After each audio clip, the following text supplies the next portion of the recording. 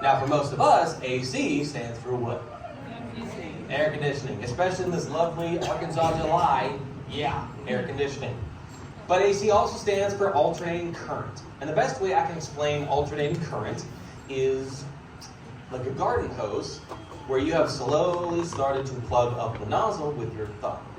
All right? Because when you do that, that nice calm stream of water turns into a vast, powerful, and slightly spicy stream of water that you can use to power wash your house.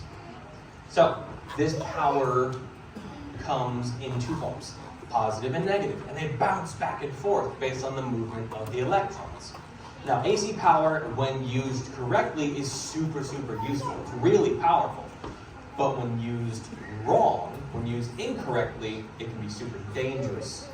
All right? Now, Nikola Tesla believed that AC was the way of the future, but there are others who disagree with him. A lot of the ones who disagree with him believe that the future was made in the image of DC, direct current. Direct current is a little bit less useful, but also easier to use than AC is. DC is like a battery in a remote, right? The battery directly powers my remote, and when that battery dies, I pull it out and I put in new ones. And it loops the power over and over and over until it dies again, which means I can continue to be the laser-pointing menace that I am. So, DC and AC, sometimes they work together, sometimes they don't. Tesla firmly on the side of AC. And he used AC to create a lot of his most famous inventions, and I'm not just talking about the Tesla coil. Now, the alternating current system eventually gave way to other devices, and believe it or not, one of the most famous devices that people use every day comes from Tesla, the light bulb.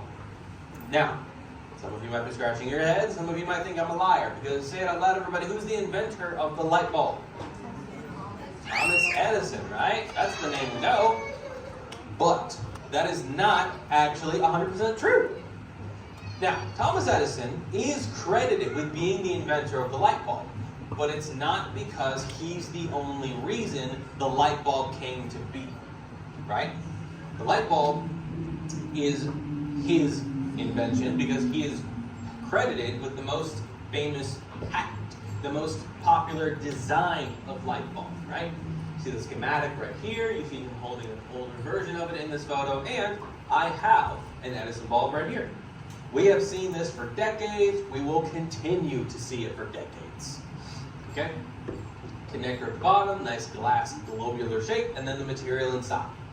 The material inside, for those of you that don't know, is called a filament. And the way an Edison bulb works is that when you screw it into the socket, the filament inside starts to grow hot. Super hot. So hot that it creates a glow, and that's how the bulb lights up. Now, Edison was not a scientist. He wasn't an inventor, he wasn't an engineer, he wasn't even that formally educated. He was a businessman, but that's about where his talent ends. Now, he did mostly create this bulb on his own, but he didn't do so through scientific know-how. He did it through trial and error.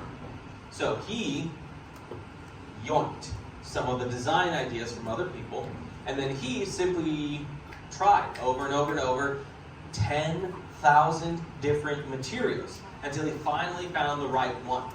He's even credited with saying, "No, I haven't failed 10,000 times. I've simply found 10,000 ways it wouldn't work." Little optimistic on his side, but I gave him points for gumption. Now, the Edison bulb, the most popular design, that's why he's credited with being the inventor. But he is not the real reason the light bulb existed. Part of the reason it existed is because of Tesla. Now, Edison and Tesla, not on the greatest of terms with each other, but they didn't, hate each other. They just butted heads on ideas every so often.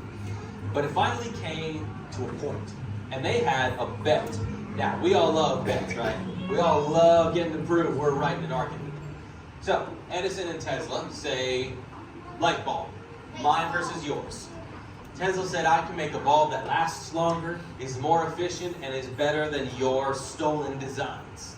And Edison said, okay, smart guy, bring me that bulb, we'll pit them together. If yours beats mine, I will pay you $50,000 US.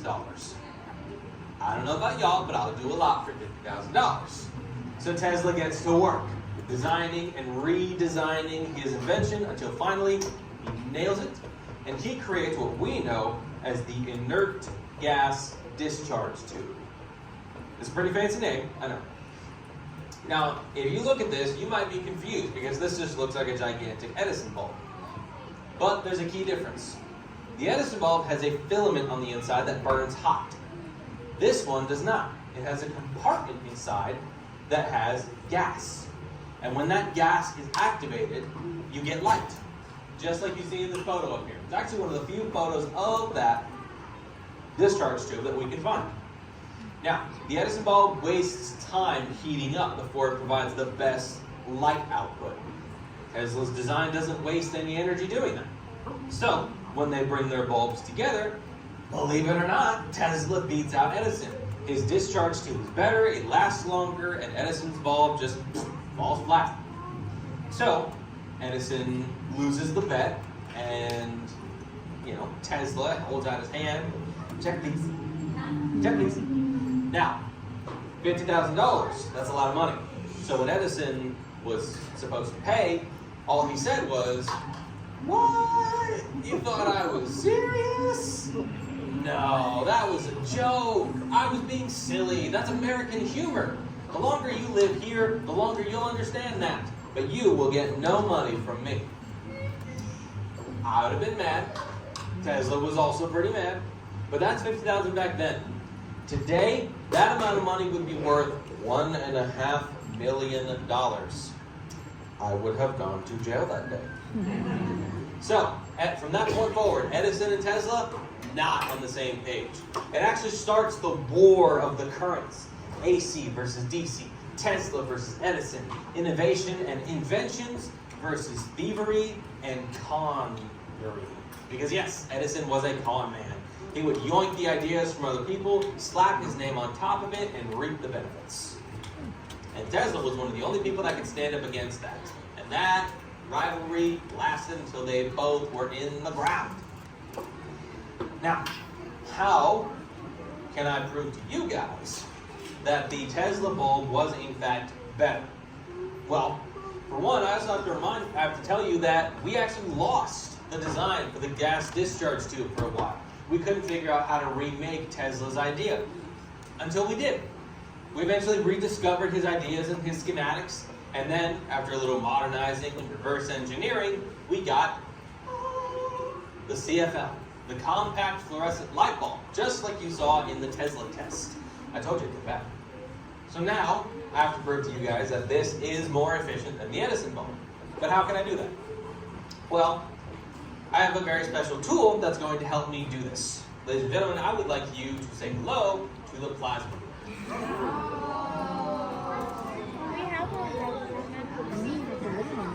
Now, the plasma globe is a very, very, very special tool. For one thing, it is a Tesla coil. It's just a smaller version compared to this one over here.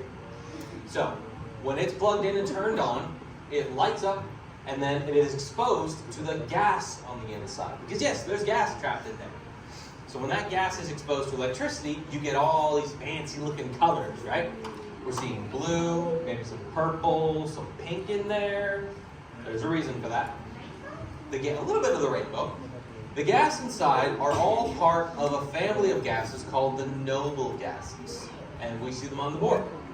We've got helium, neon, argon, krypton, that's Superman's favorite, and then xenon. And they all have colors that are associated with them. So when these gases are exposed to electricity, they become ionized, right? They become more excited, which means they start bouncing back and forth even faster than normal gas. And then you see what happens.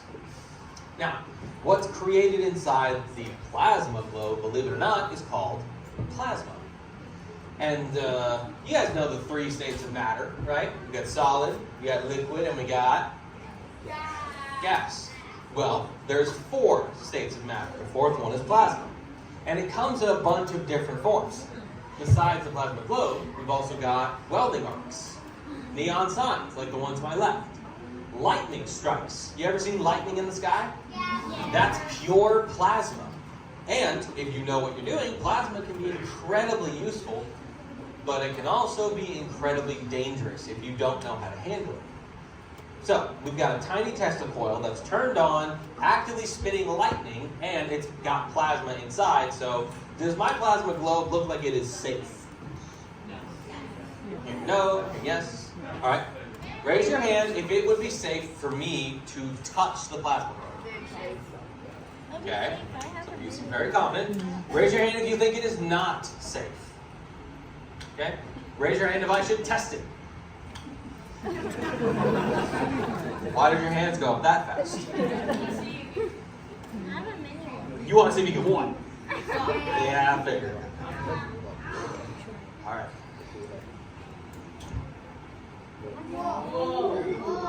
Well, I'm not dead. This is a good sign. No, I'm not dead, and I'm not in pain. But what's protecting me? Why am I not in pain? The glass. Very good. Because the glass acts as something called an insulator. Think of it like a brick wall between me and the electricity. The glass stops it dead in its tracks. Which is good, because what do we notice the lightning is doing? Following me. Very, very, very dedicated following. That's because I am a human, which means I am a good conductor of electricity. Right? Conductors transfer electric charges. Now, with the glass, I can touch this thing all day long and I'm perfectly safe. Well, without the glass, that's a different story. With the glass, the charge is going to travel over my body and into the ground below. If the glass wasn't there and I'm touching the coil straight on, it's instead going to go through my body into the ground because it wants the fastest route possible. That's called getting electrocuted, which means I go from Chris to crispy bacon in the span of 2 seconds. We do not want the crispy Christopher, right? Right, yeah. So, how am I going to use this to prove that the Edison bulb is not worth its salt compared to a CFL bulb? Because that one CFL bulb is worth that many Edison bulbs. Well, I'm going to touch both bulbs to the globe and we'll see which one lights up. How about an experiment? Y'all ready for an experiment? Yeah! I figured. Alright, I'm not even going to look. You tell me how much it lights up. Wow, so nice. No. Oh. You know what? I think I know why. I made a mistake. Glass to glass, insulator to insulator. That doesn't work. There's no charge to transfer. Let's try the connector side. I'm going to look this time. I don't want to be surprised. It lights No. up a little bit. Okay, it's not on, but what do we notice? It is following the bulb.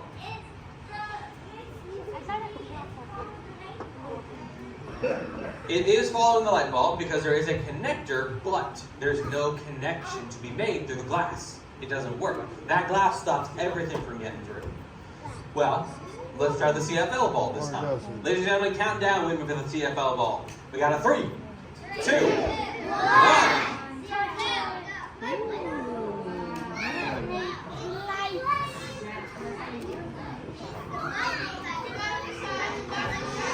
Well, that's a very different result, but the question is why?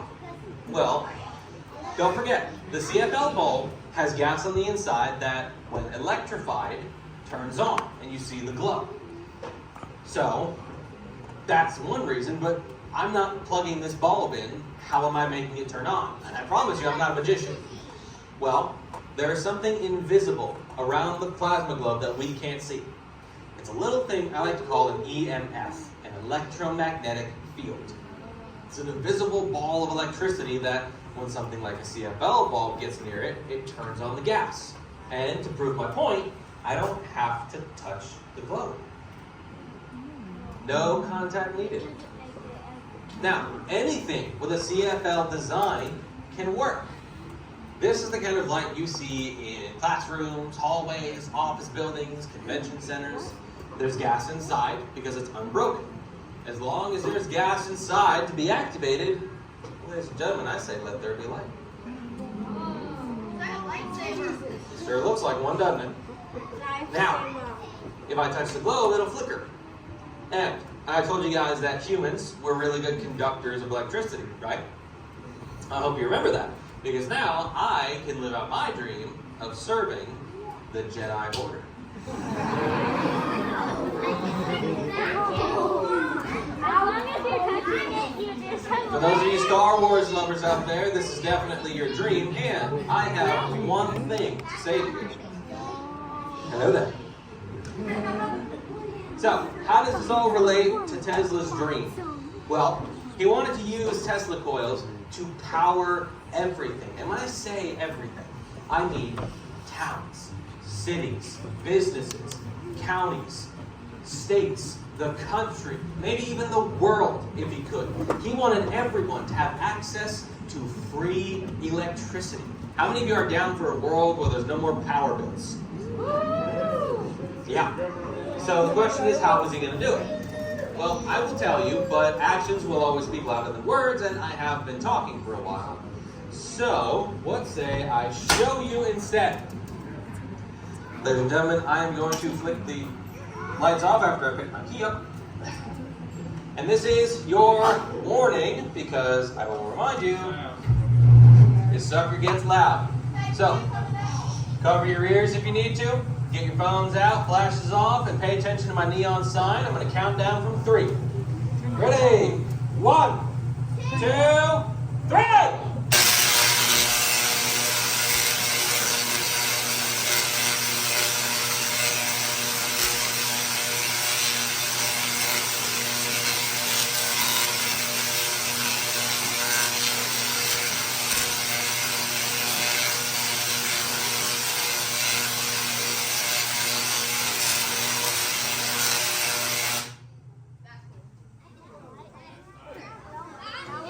Was that everything you were hoping for?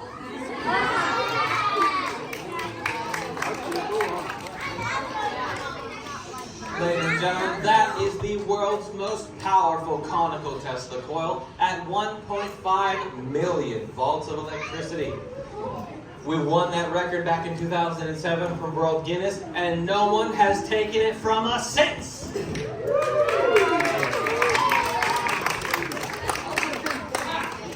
Now, that right there is an example of Tesla's dream. Because, pretty powerful, right? But it's not the world's biggest, but that definitely has an effect on everything. And if the 1.5 million volts wasn't enough of an indication, make sure you do not, under any circumstance, touch the cage. That would not be healthy for you. So, 1.5 million volts, but not a terribly big Tesla coil. So, imagine instead Tesla's dream where this thing is the size of a lighthouse. That is an earlier design of what Tesla envisioned his coils to look like, and the idea was simple enough. Alright? He would put gigantic sized Tesla coils powered on 24/7, and he would station them all over the country, right? Around cities, around the capital, around businesses and homes. And he would manage to power everything because the electromagnetic fields they would create would be so large and so powerful, they would swallow up everything. They would power airships, skyscrapers, boats, personal devices, everything under the sun, all for free. And in theory, it would work. We've seen it work with the plasma globe. But eventually you run into some problems. We saw all those big blue sparks, right? That's electricity. Do you want to sleep next to that? No. Do you want to drive or work next to that? No. I don't want to do that. Because there's a reason we're safe. There's this gigantic thing that surrounds us called the cage. That cage makes sure the lightning does not get through. Yeah? Without that, if it were like this, these people would turn into flambe very quickly. Speaking of cages, this gigantic cage is called a Faraday cage, created by the British inventor Michael Faraday. Now, Michael Faraday, very smart man, he figured out that if you have grounded metal between you and an electric charge, it will find the grounded metal every single time. So we have 2.5 tons of it between us and the coil. But we notice there are some gaps in between the bars, right? The electricity can't come out here with us, but what about that electromagnetic field I mentioned? Can it come out here with us? Well, maybe. We can guess all day long, or we can do another experiment and I can show you. So, I'm going to take my lovely little lightsaber here, and I'm going to put it outside the cage. If this thing lights up the same way my neon sign does, then the EMF comes out here with us. If it doesn't turn on, then the EMF is trapped inside the cage and can't go anywhere. So, how many of you think it will light up? Yeah. Raise your hand. Raise your hand if you think it will not light up. Raise your hand if you don't care, but you want me to turn on the toilet. That's fair. Alrighty. Ladies and gentlemen, I give you my second warning. I will count down from 3. Prepare yourselves. Check out my lightsaber 2, 3, 2, 1.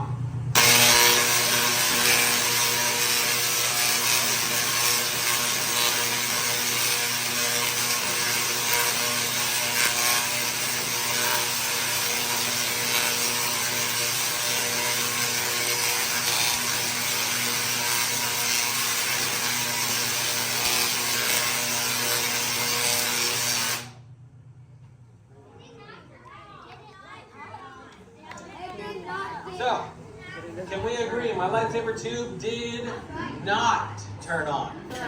Correct. Which means the electromagnetic field does not come out here with us. And we don't want it out here with us. Okay?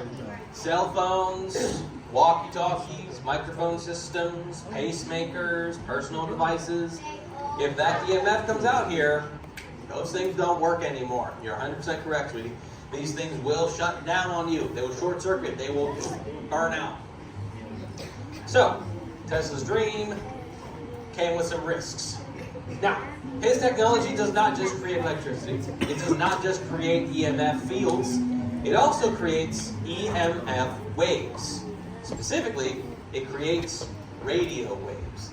And yes, these are the kind of radio waves that you bump to Taylor Swift on the regular. But it's not Taylor Swift that we're worried about today. We're worried about our ability to communicate, our ability to navigate, our ability to live in the digital age.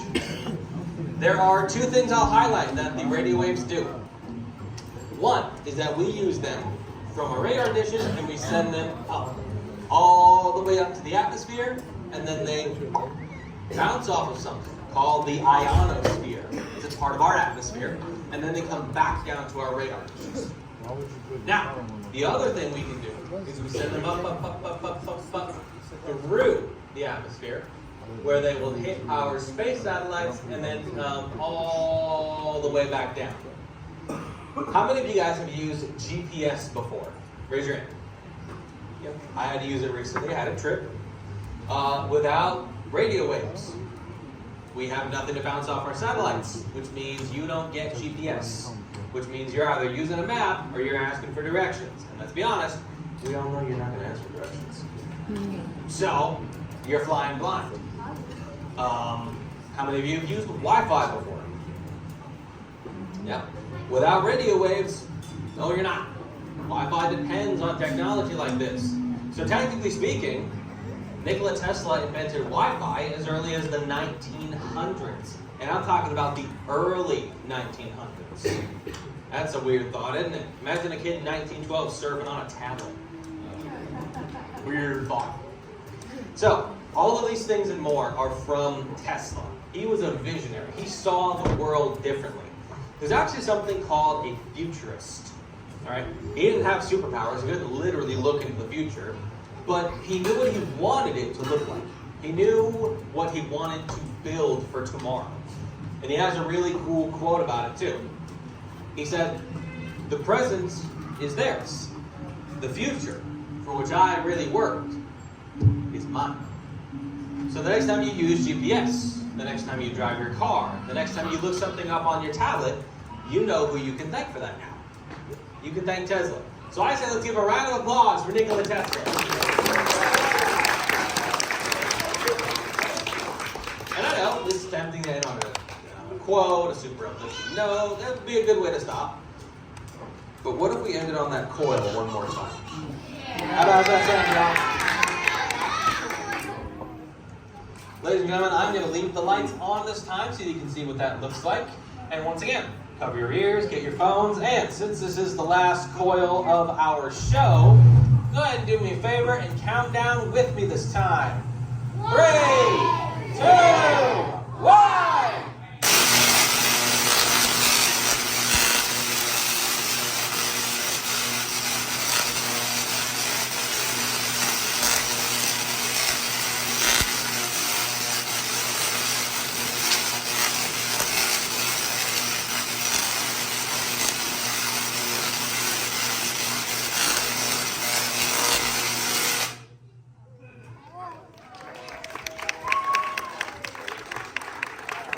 Ladies and gentlemen, before you get up and get around, thank you for joining me in the Van Leeuwen and Big Tesla Theater. I will open the doors in just a moment. I do ask, if you have any trash, please make sure it leaves with you.